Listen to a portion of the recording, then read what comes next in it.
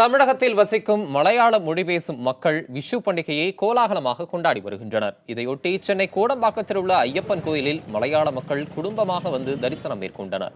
அதிகாலையில் கனி காணும் நிகழ்வை தொடர்ந்து ஆலயத்தில் வழிபாடு நடத்தினால் வாழ்வில் வளம் பெறலாம் என நம்புவதாக மலையாள மொழி பேசும் மக்கள் தெரிவித்தனர். விஷு புத்தாண்டில் விவசாயம் செழிக்க பிரார்த்தனை மேற்கொண்டதாகவும் அவர்கள் தெரிவித்தனர்.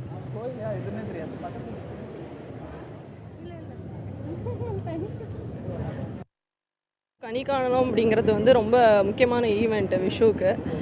எல்லாருக்கும் விஷு ஆஷ்மசங்கள். இந்த வருஷம் இப்போது கோடம்பாக்கத்தில் இருக்கோம். இப்போது இன்றைக்கே தான் தமிழ் வருஷ பிறப்பும் ஆகுது, கேவிளம்பி வருஷம்.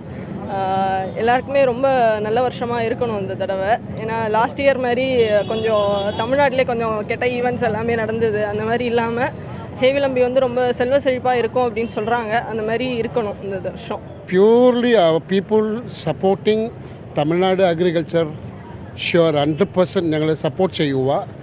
ഈ അഗ്രികൾച്ചർ ഡെവലപ്മെൻറ്റ് ആവശ്യം വേണം.